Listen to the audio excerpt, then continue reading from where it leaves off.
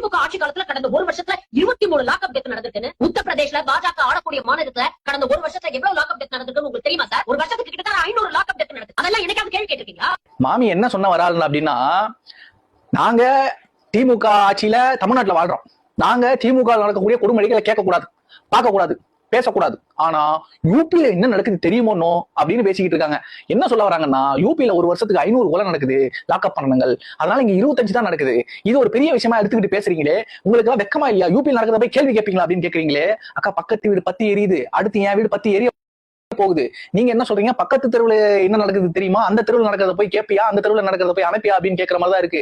இன்னொரு விஷயம், இந்த 25 பேர் தான் நீங்க செத்துருக்காங்க, நீங்க அதை கொச்சப்படுத்தி சிறுவப்படுத்தி பேசுறீங்க இல்லையா? உங்க வீட்டுல உங்க கணவரோ இல்ல உங்களுடைய பிள்ளையோ இல்ல உங்க உறவினரோ யாரோ ஒருத்தர் 25 பேர்ல ஒருத்தரா இருந்தா இதே மாதிரி முட்டு கொடுத்து பேசுவீங்க? வாய் திறப்பீங்க? எப்படி பேசுவீங்க? அப்பவும் பேசினாலும் பேசுவீங்க போல. ஏன்னா மத்தவன் எப்படி கேட்டா எனக்கு என்ன வர வேண்டிய ஐட்டம் எனக்கு வந்துருச்சா, நான் எப்படி வேணா முட்டு கொடுப்பேன், உருட்டுவேன் அப்படின்னு சொல்லி உருட்டிக்கிட்டு இருக்கீங்க.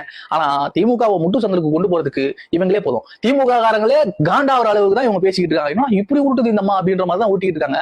இதெல்லாம் தாண்டி இப்போ பாதிக்கப்பட்டவங்களுக்கு போன் பண்ணி சாரி கேட்ட முதல்வர், நம்ம அப்பா முதல்வர் என்ன பண்றாரு தெரியல, ஓரணியில் தமிழ்நாடு ஆரணியில் தமிழ்நாடுன்னு சொல்லிட்டு வீடு வீடா போய் ஓட்டு எடுத்துக்கிட்டு இருக்காரு. ஓட்டே கேட்டு